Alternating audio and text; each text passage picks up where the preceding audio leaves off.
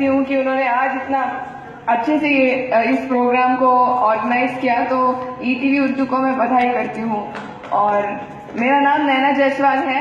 मैं एशिया की पहली लड़की हूँ जिसने 8 साल की उम्र में 10वीं की परीक्षा पास की, और 10 साल की उम्र में मैंने अपना इंटरमीडिएट कंप्लीट किया, 13 साल की उम्र में ग्रेजुएशन कंप्लीट किया मैंने, और 15 साल की उम्र में पोस्ट ग्रेजुएशन, और अभी 17 ईयर्स में मैं पीएचडी कर रही हूँ।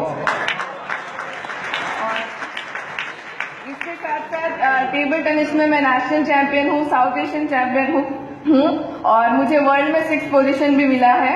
और आप सबको ये बताते हुए खुशी होती है कि मैंने सरजमीन पाकिस्तान में हमारा तिरंगा लहराया है।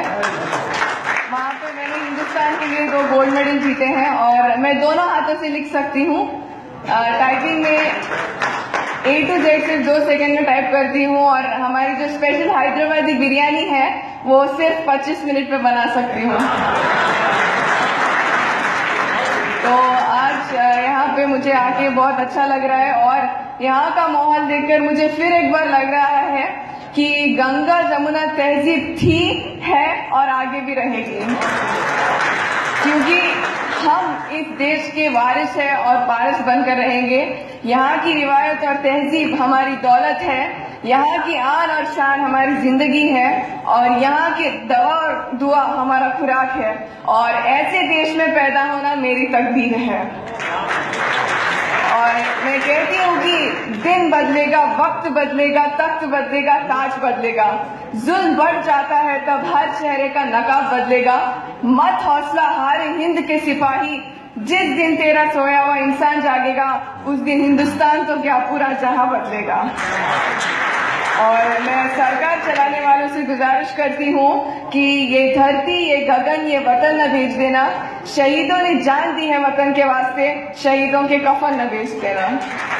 और जमाने भर में मिलते हैं आशिक कहीं, पर मुल्क से खूबसूरत कोई सनम नहीं होता। सोने में भी लिपट मरे शासक कहीं, पर तिरंगे से खूबसूरत कोई कफन नहीं होता। और ऐसे ही कफन ओढ़ने वाले शहीद लांस नायक मोहम्मद फिरोज खान को मैं सलाम करती हूँ। और मैं आप सबसे कहती हूँ कि मन में हो विश्वास तो हम इतिहास बदलेंगे। हम कल की बात नहीं करते, हम आज बदलेंगे। ये इरादे को लेकर आगे बढ़ना चाहिए और मेहनत करना चाहिए। लोग तो मरने के बाद जन्नत को देखते हैं, पर हम तो बचपन से ही वही रहते हैं। हमें और कोई जन्नत का पता नहीं, क्योंकि हम तो माँ के कदमों को ही जन्नत मानते हैं। और मैं जानती हूँ कि जिंदगी दूसरा मौका नहीं देती और अनजान को पनाह भी नहीं देती, लेकिन राजेश रैना सर ने तो इस ईटीवी उर्दू में कई अनजान लोगों को पनाह तो दी है और साथ ही साथ पहचान भी दी है। तो वह आज हमारे बीच है, हम सबके लिए बहुत खुशनसीबी की बात है। और मैं आप सबसे कहती हूँ कि इन आंसुओं को तेजाब बना लो, इस दिल को फौलाद बना लो, हाथों को हथियार बना लो और इल्म को तलवार बना लो। फिर मेरे साथ कदम मिलाकर ललकारो उन मक्कारों को, महिलाओं के अत्याचारों को, जिन्होंने दिल्ली में निर्भया और विजयवाड़ा में आयशा बेगम के ऊपर जुल्म ढाए हैं। तो मैं एक और रिक्वेस्ट करती हूँ कि फजर, जोहर, असर, मगरिब और ईशा 5 वक्त की नमाज है।